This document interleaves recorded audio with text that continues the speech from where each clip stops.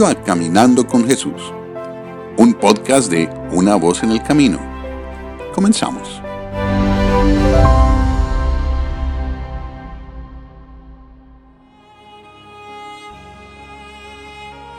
Hola, ¿qué tal? Muy buenas tardes. Dios les bendiga y esté con ustedes el día de hoy. Vamos en esta tarde a ir al libro de Éxodo capítulo 1. Voy a empezar a leérselos y es siempre les digo, es una parte de la palabra que conocen, ¿verdad? Porque la mayor parte de ustedes, estoy seguro que estudian la palabra de Dios y constantemente están yendo a su palabra a averiguar qué es lo que el Señor tiene para cada uno de nosotros. Éxodo capítulo 1 nos habla sobre básicamente la transición una vez que José fallece y qué es lo que está sucediendo en Egipto con el pueblo de Israel. Voy a leerles en esta tarde. Éxodo capítulo 1 y empezamos en el versículo 1.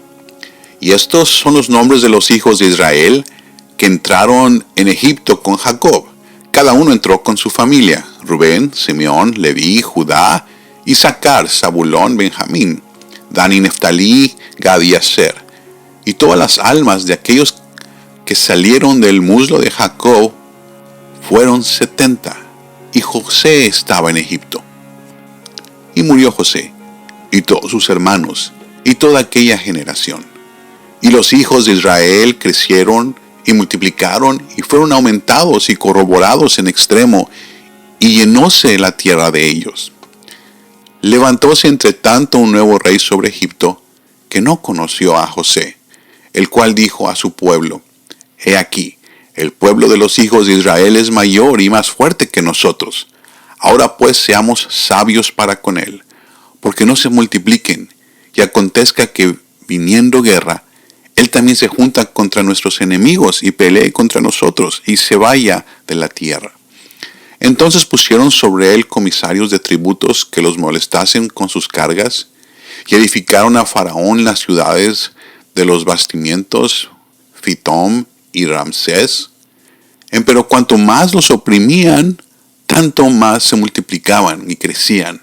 Así que estaban ellos fastidiados de los hijos de Israel. Y los egipcios hicieron servir a los hijos de Israel con dureza, y amargaron su vida con dura servidumbre, en hacer barro y ladrillo, en toda la labor del campo, y en todo su servicio, al cual los obligaban con rigorismo. Y habló el rey de Egipto a las parteras de las hebreas, una de las cuales se llamaba Sifra y otra Púa, y díjoles: Cuando partéis a las hebreas y mirareis los asientos, si fuere hijo, matadlo, y si fuere hija, entonces viva. Y nos vamos a detener ahí en el versículo 16. El libro de Éxodo significa eso, salida o partida. Estamos hablando que el libro de Éxodo nos habla de la salida o la partida del pueblo de Israel, de la liberación del pueblo de Israel, el pueblo de Dios, del pueblo egipcio, de Egipto. Pero también tiene una contraparte, del otro lado de la balanza podemos hablar de la parte espiritual, del cual Egipto nos habla. Sí, sabemos que por un lado Egipto nos habla del mundo, de todo lo que está allá afuera, en el pecado, y si podemos considerar que Egipto es el mundo, entonces el faraón es aquel que gobierna el mundo. Entonces sabemos y podemos entonces entender que cuando se refiere al faraón, podríamos mencionarlo como nosotros sabemos, de acuerdo a la palabra de Dios, quién es el que gobierna este mundo. Y el que gobierna, el príncipe de este mundo, es Satanás, es Lucifer. Son las fuerzas malignas del enemigo. Entonces, cuando nos refiramos en este momento, en este capítulo, al faraón, quiero que lo pongamos en perspectiva de que es el faraón siendo el que gobierna Egipto, Egipto siendo el mundo. Entonces entendemos nuevamente que el faraón es el gobernador de este mundo, que es el enemigo. Ahora, no importa dónde vayamos en la palabra de Dios, necesitamos estar listos, porque el enemigo está viniendo como una tormenta en este tiempo. En este tiempo el enemigo está listo, el faraón de este tiempo, el gobernador de este mundo está listo para destruir cualquier cosa. Vemos aquí que él quería destruir, como no podía controlar al pueblo de Israel, empezó a tratar de matar a aquellos que estaban haciendo lo que el enemigo está tratando de hacer, lo que Satanás está tratando de hacer, Lucifer está tratando de hacer, el dragón está tratando de hacer. Es matar cualquier cosa que están haciendo. ¿Están haciendo en quién? En nosotros, los que somos el pueblo de Dios. Aquellos que somos llamados a ser la esposa espiritual de Jesucristo. En Éxodo 1 podemos ver qué tan activo era el poder del enemigo, inclusive antes de que Israel saliera de Egipto.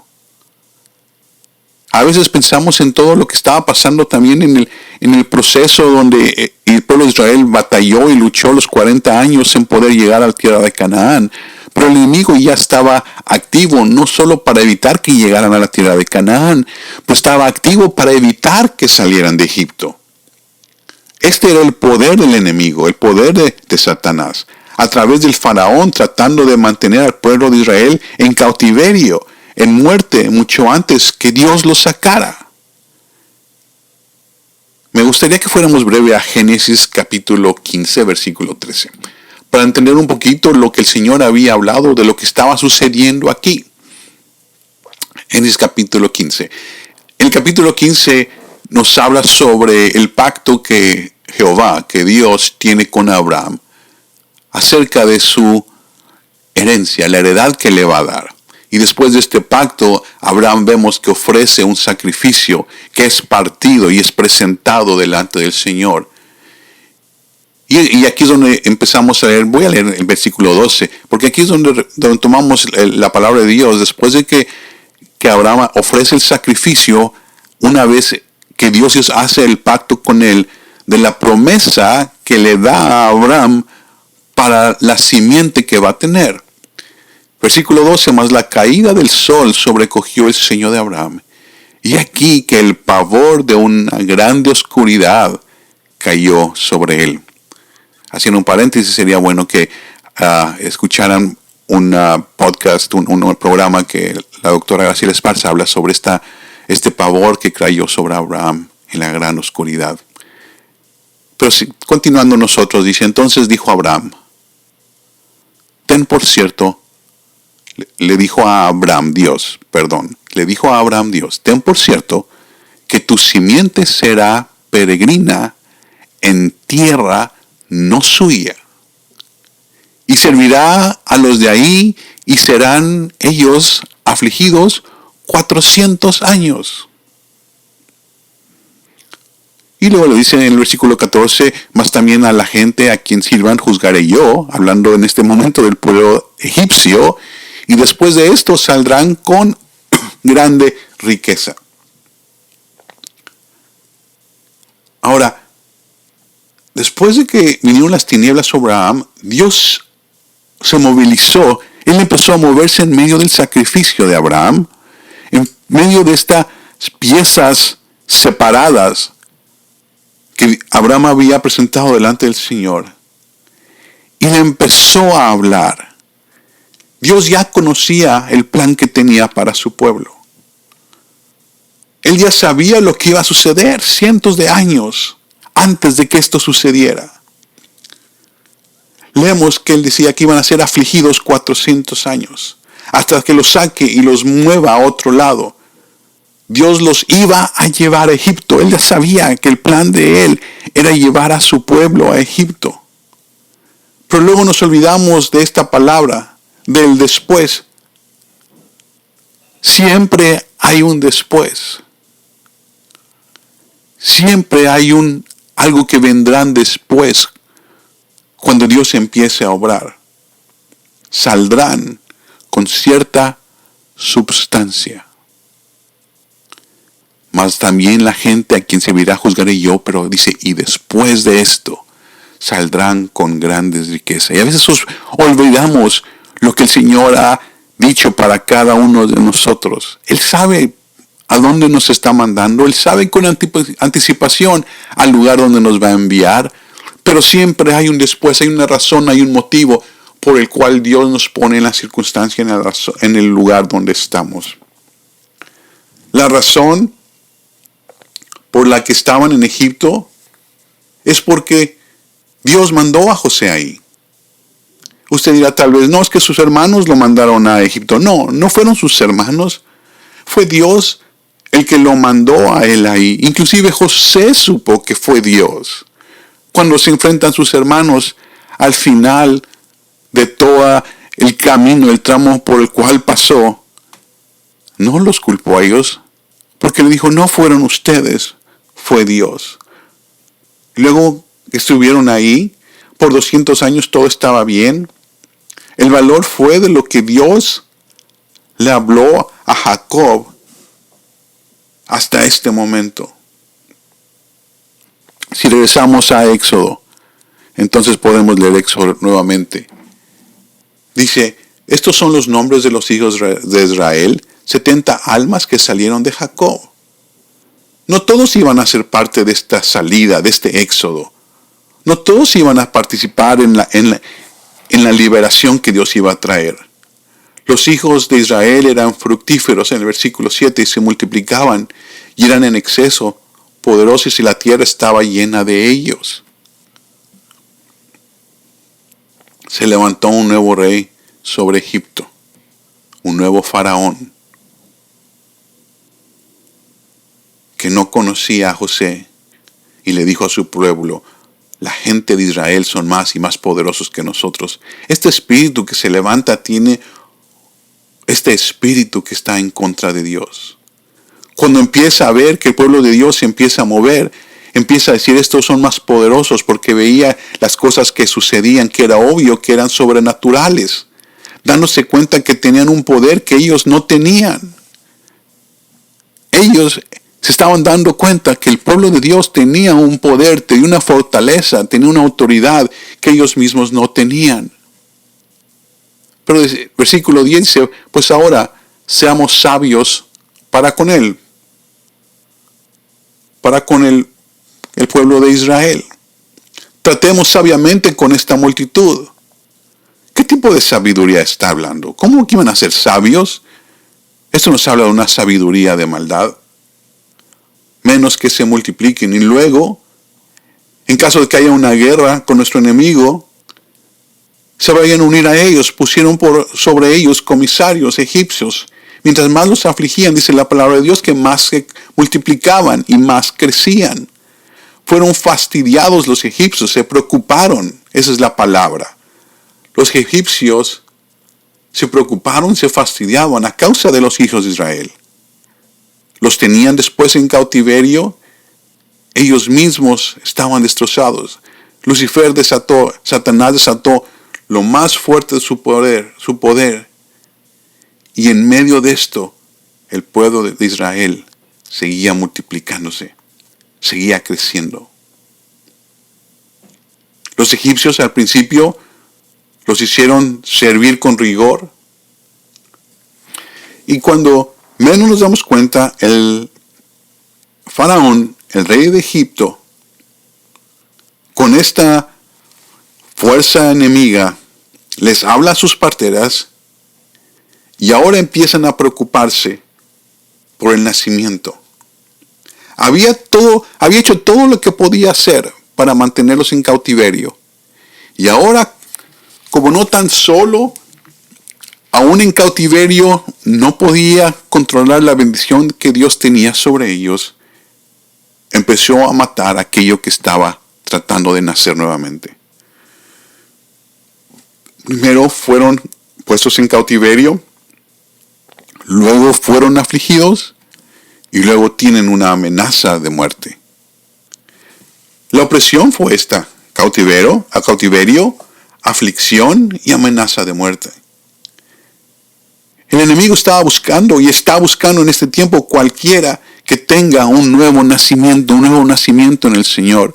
Cualquiera que esté dando a luz una nueva parte, una nueva porción de la naturaleza de Dios en cada uno de nosotros. Y ahí está atacando el enemigo, ahí está atacando Lucifer, ahí está enfocándose porque se da cuenta que no puede detener aquellos que son bendecidos y son el pueblo de Dios, de ser llevados y ser fortalecidos, entonces van a tratar de matar. Hablamos tan fácil, pero tenemos que entender que la palabra de Dios nos dice en una nueva manera que debemos de basar todo lo que sabemos y todo lo que tenemos en nuestra mente en la palabra de Dios. Todos los conceptos que podemos tener en nuestra mente, todo aquel entendimiento que podemos pensar que tenemos, debe estar basado y fundamentado en la palabra de Dios. Pero aquí vemos que cualquier cosa que el enemigo estaba haciendo no podía evitar que el pueblo de Dios siguiera creciendo. Tenemos que seguir creciendo sin importar cuánto el enemigo quiera destruirnos. No importa qué tan fuerte, cuánto nos esté atacando el enemigo el día de hoy, tenemos que seguir creciendo. Tenemos que salir detrás de esta posición de defensa. No estamos en el momento ya para seguir defendiéndonos. Simplemente estamos en el momento para seguir creciendo en Dios. Porque cuando seguimos tratando de ponernos en una posición defensiva, estamos preocupando en cómo podemos salir con vida en todo lo malo que está sucediendo, pero cuando nos preocupamos en crecer, tomamos una posición ofensiva y sin pensarlo estamos atacando el reino de las tinieblas porque estamos creciendo en nosotros, estamos permitiendo que el Señor Jesucristo siga creciendo en nosotros. Cautiverio nos habla de las restricciones. Pablo dijo, cuando era niño, pensaba como niño. Mas ahora que crezco, ahora que crecí, ya no hago las cosas que hacía cuando era como niño. Ya no pienso como pensaba como niño. Habla, ahora que estoy creciendo. Él sabía que necesitaba continuar creciendo. Necesitamos seguir creciendo y dejar las cosas de niños espirituales, de niños naturales ciertamente. Pero necesitamos seguir creciendo dentro de nosotros. El Señor Jesucristo necesita seguir creciendo dentro de nosotros. Si estás peleando todavía en contra de algo dentro de ti y sigues corriendo a los pies de Jesús, vas a crecer por encima de esto que te está atormentando y que te está manteniendo en cautiverio.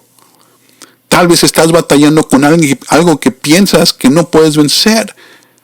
Pero la forma en que puedes vencer es seguir corriendo constantemente a los pies de Jesús, diciéndole, sálvame de mí mismo. Y Él va a seguir fortaleciéndose dentro de ti. Al mismo tiempo vas a estar creciendo. Cautiverio nos habla de restricciones. Nuevas leyes para Israel. Empezaron a tratarlos como si fueran extranjeros y forasteros al principio, poniéndoles nuevas leyes. Y el enemigo así empieza suavemente, tratando de aislarte, tratando de marcarte una diferencia. Y luego podemos seguir viendo en el versículo 12. Pero cuanto más los oprimían, tanto más se multiplicaban y crecían. Así que estaban ellos fastidiados de los hijos de Israel. Seguían molestos, porque todo lo que hacían no detenía que siguieran creciendo. Primero los vieron como extranjeros y forasteros. Finalmente, después de un poco, los vieron como esclavos. Como esclavos, los alejaron. En cautiverio, afligidos. Eran una amenaza. Tú eres una amenaza para el enemigo. La amenaza es que crezcas en Jesucristo. Esa es una amenaza para él. Crecieron. Eso quiere decir que rompieron a causa del crecimiento algo. Cuando algo crece, debe haber algo que se rompa, como una semilla. Cuando la semilla sigue creciendo, el cascarón se rompe para que lo que está dentro de la semilla pueda seguir creciendo. ¿Qué vas a hacer cuando la presión de crecer venga? Se trata de que aquello que está dentro de ti crezca, no de lo que está afuera se fortalezca, pero que lo que está adentro crezca. Crecimiento quiere decir abrir, oprimir, urgir, romper en separación. Lo que le sucede a Israel aquí es un tipo de lo que le sucede a la esposa espiritual de Jesucristo. A ti y a mí. A usted y a mí. Seguimos creciendo ahora más que nunca. Dios nos está permitiendo tener experiencias que nunca antes habíamos tenido. Porque Él sabe que esas experiencias nos iban a ayudar a crecer. Así como Dios le dijo a Abraham, sí, tu simiente va a ir a ser cautiva por 400 años. Yo lo tengo planeado, lo tengo estructurado, lo tengo diseñado perfectamente. El Señor sabe exactamente lo que está usted pasando y por lo que iba a pasar. Porque dentro de este plan, Él tenía todo preparado para que usted y yo pudiéramos tener las experiencias que necesitábamos en este tiempo. Tener las experiencias que íbamos a necesitar durante este tiempo para poder ayudarnos a crecer. A veces pensamos, si estuviera en una situación diferente, podría crecer mejor. Si Dios me permitiera estar en otra situación, yo podría dar más de mí. Podría yo caminar realmente con Dios. A veces es difícil ver esto. Si no tuviera esta situación, o esta persona en mi vida, o este grupo de personas alrededor de mí, realmente yo podría crecer, yo podría florecer. Siempre pensamos que podríamos crecer mejor si no tuviéramos o no estuviéramos en el lugar donde Dios nos ha puesto, si no tuviéramos las presiones, si no tuviéramos las circunstancias, o si no estuviéramos en el lugar donde nos ha puesto Dios. Pero hemos aprendido que el lugar donde crecemos a lo largo de este tiempo es cuando llegamos y doblamos nuestras rodillas. Crecemos dependiendo de cuánto tiempo pasamos de rodillas delante del Señor. Todos estamos en algún tipo de atadura, en algún tipo de situación, en algún momento, en algún lugar de nuestra vida, ya sea natural o espiritual. Todos estamos atravesando una situación que parece que nos está restringiendo, parece que nos tiene en cautiverio, parece que nos tiene afligidos, parece que nos tiene con esta amenaza de muerte espiritual. Todos tenemos algo que nos tiene cautivos. Tenemos algo que nos aflige, que nos deprime. Tenemos algo que sentimos que nos está amenazando de muerte natural o espiritual, lo más seguro. Cuando José muere, ¿se pueden imaginar qué pensó el pueblo de Israel? Seguramente ahora sí todo se ha terminado. Ya se fue José. Ya no hay futuro. Ya no lo hay. Pero Dios sabía que en medio de este proceso de que José muere, Dios estaba preparando un Moisés. Desde Génesis, Dios se lo había prometido a Abraham. Mi pueblo, tu simiente, pero no olvides que sigue siendo mi pueblo. Va a pasar por un periodo muy difícil de 400 años. Pero después, siempre hay un después. Yo los voy a bendecir. Y la bendición más grande de Dios es que Él obre en nuestras vidas a través de las circunstancias por las cuales nos está pasando. Lo que Dios trata de hacer y lo que Dios trataba de hacer con su pueblo y ahora trata de hacer con nosotros es que pongamos nuestros afectos, nuestro corazón, lo que mueve lo más profundo de nuestro corazón en las cosas de arriba, en lo que es de Él. Dios está haciendo eso. Dios nos está separando de las cosas que creemos que son importantes para nosotros. Mi trabajo, mi familia, mis metas propias, mi ministerio. Dios está encargando de separarnos con lo que realmente es importante para Él. Dios pudo haber sacado al pueblo de Israel antes de que José muriera. Dios pudo haberlos liberado justo cuando José murió. Pero Dios empuja los botones necesarios para que usted y yo sigamos creciendo en Él. ¿Qué lo ata a las situaciones donde está? ¿Qué lo ata a esta tierra, a este momento? ¿Su familia? ¿Las circunstancias? Podemos ocupar todas las ataduras como excusa para justificar por qué no seguimos creciendo. A través de nuestro caminar espiritual hay muchas nuevas experiencias y nacimientos.